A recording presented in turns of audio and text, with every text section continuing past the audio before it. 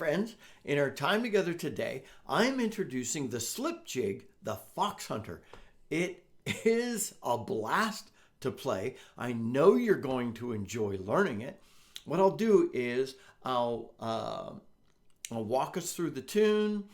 It has 4 parts, and so I'll walk us briefly through the A part, the B part, the C part, and the D part, and they each repeat. Now, don't think that that means that this is crazy long, because each part's only 4 measures long, and so it's no longer than a normal tune we'd play that has 8 measures that each repeat. And so, but it's so fun to play. I'll provide a link at the top of the notes to this video so you could download the music and tabs if you use those. We'll talk about, after I walk us through each bit, I'll then provide the play along with Scott's section, which is where I actually play the tune at a very moderate pace so that after you've learned the bits, you can play with me. And that's really helpful. We'll talk about troubles I think you might experience, some ideas for ornamentation and expression, and what we know, or what I could find, the history of the tune. Now, as far as the transcription goes, I'll give away a bit of the history of the tune. This is an old tune, it's a popular tune, and that means that there are more variations to this tune than, as the phrase goes, you could shake a stick at. There are a lot of variations of this tune. And to be honest, rather than choosing what seems to be the most consistent core of the tune, because there were so many and the way people play it is so similar but minimally different, that I just chose what seemed to me about the most popular option for playing the tune. And some of it is like the one I selected goes, and some of them go. So it's minimal variation, but I like to find the core of the tune for you. So anyway, that's what we're doing. Let me walk us through. Like I said, there are 4 parts. Each part's only 4 measures long, so don't get worried about that. I'll stand so you can see my hands, and I'll do the parts in like the brief phrases at a fairly slow pace, so you can watch my hands. And I'm using the carbony close hole spacing standard bore low D whistle. I'll provide a link to that in the notes to this video. And the wide bore is great. I reviewed the carbony low whistles. I'll put a link to that at the top.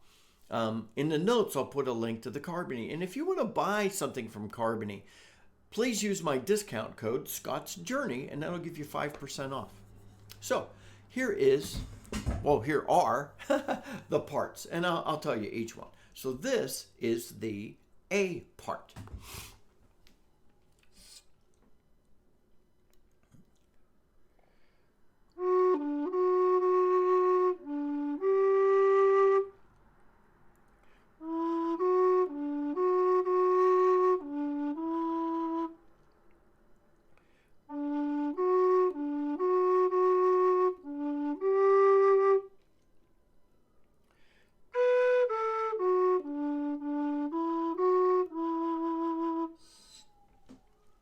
All right, and then there is another note that becomes a step-in note. But that other note is really a step-in to the next section. So here is the B part.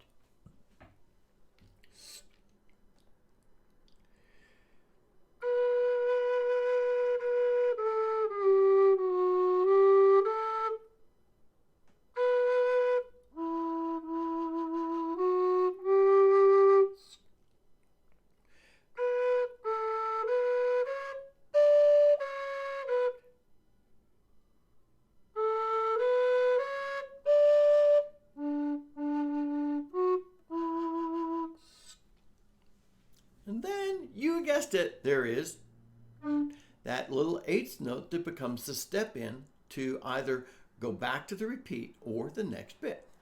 Here is the C section.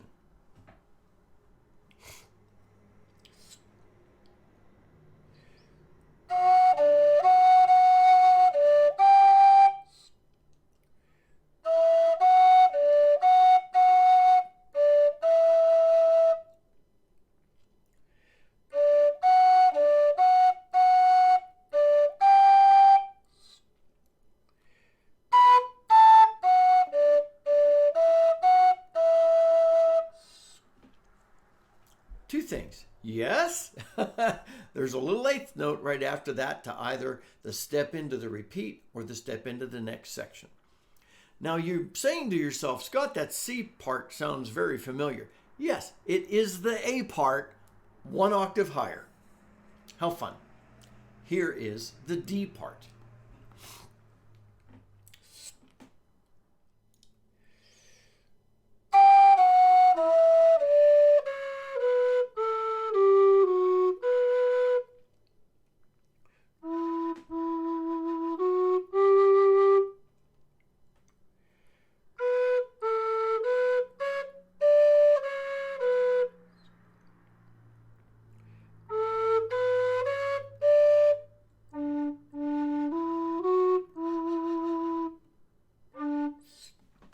And I threw the little eighth note in at the end on that one.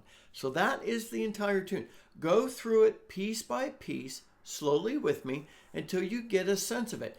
And to be honest, I hope you gathered that it's just a fun tune, and your fingers are going to figure this one out pretty quickly, even though it might feel longer. And so the way you describe this tune is A, B, B, C, C, D, D. That means 4 parts. Each part repeats.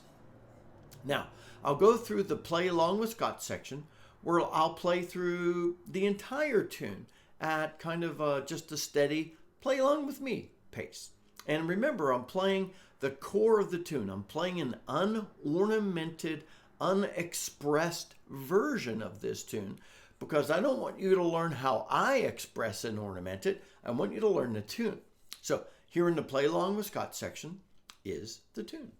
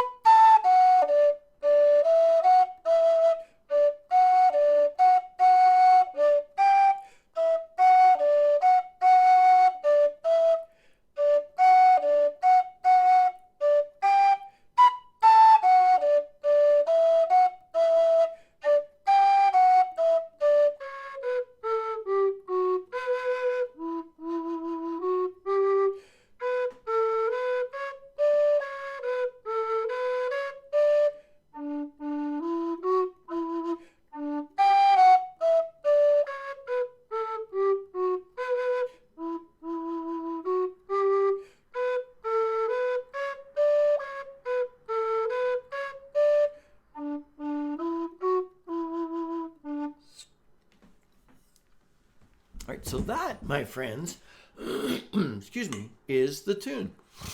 Now, some of you may wonder, Scott, you do scale exercises now and then. Why are they helpful? Ha! If you play this tune, you're going to know. There is so much scale exercise material in there. That kind of thing. And there's runs. It's a beautiful tune though, and it's just so fun to play. Please take the time to go through the piece where I walk through each section and then play along with me until you're just very comfortable with the tune. So let's think through challenges. The first challenge is playing it up to pace. That's simply going to take repetitive work for you to get accustomed with it. Like I've said before, play it at the pace you can, not at the pace you can't.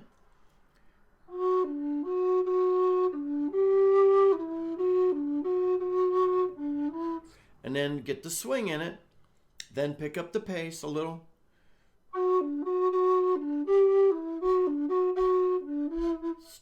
And then you heard me leaning in a little bit to ornamentation and expression there, because some of those notes just ask to be pushed a bit and ornamented. And we'll talk about that in a moment. But as you're picking up the pace, start adding in some ornamentation and expression at that pace, and then just keep that wash, rinse, and repeat process going until you can play it faster. And don't expect that to take a day or two. I work for days on a tune. And I don't know how long I played this yesterday. Cindy was out of the house doing some chores, and I was home alone, and I thought, I'm going to learn that Foxhunter tune better. And I just started. I played it on the carbony a lot. I played it on my Howard a lot. I played it on a couple of carry whistles a lot. And then I started playing it through on some of the high D whistles I have a lot. And yes, I was hearing the tune in my sleep. And that's okay. That means it's getting into you. So the trouble spots though, pace. Then at the end of that first line, there is this phrase.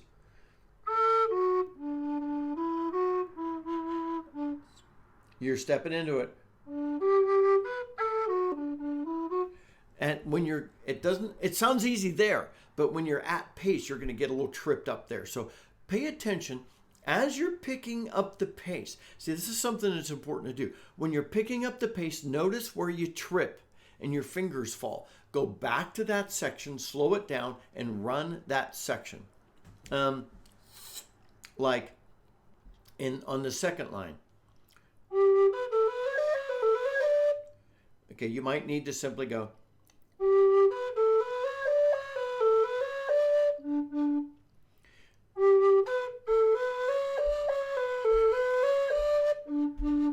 Do that as many times as you need to. Then pick up the pace on that little phrase. Then, as I've said in other times, stitch it, start stitching the pieces together as you get comfortable with the pieces.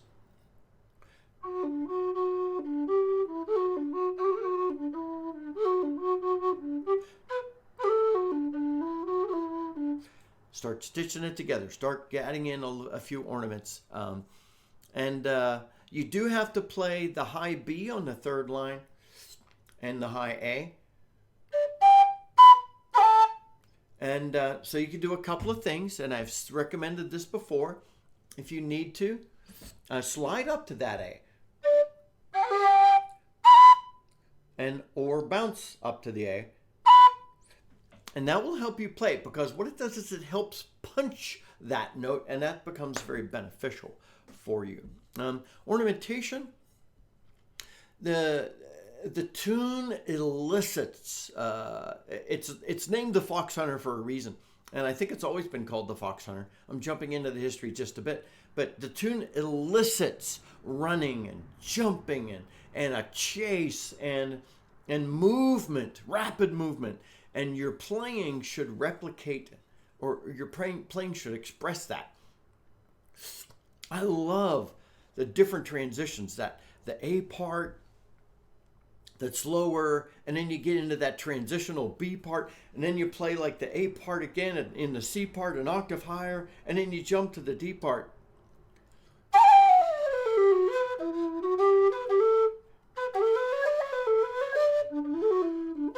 It's just so much fun.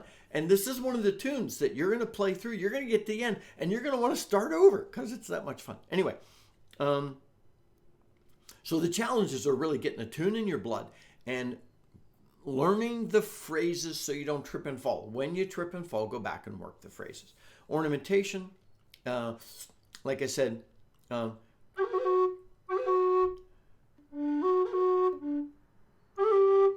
one of the things I'm learning as I play it,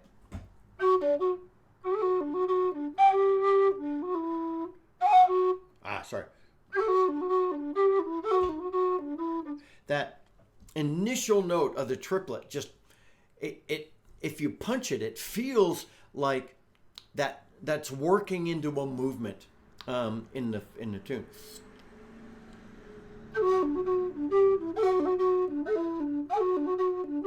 So lots of fun cuts and taps. One of the reasons some people play this is because when you're listening to somebody on the fiddle or some other instruments, they're often doing like a roll in the middle of that,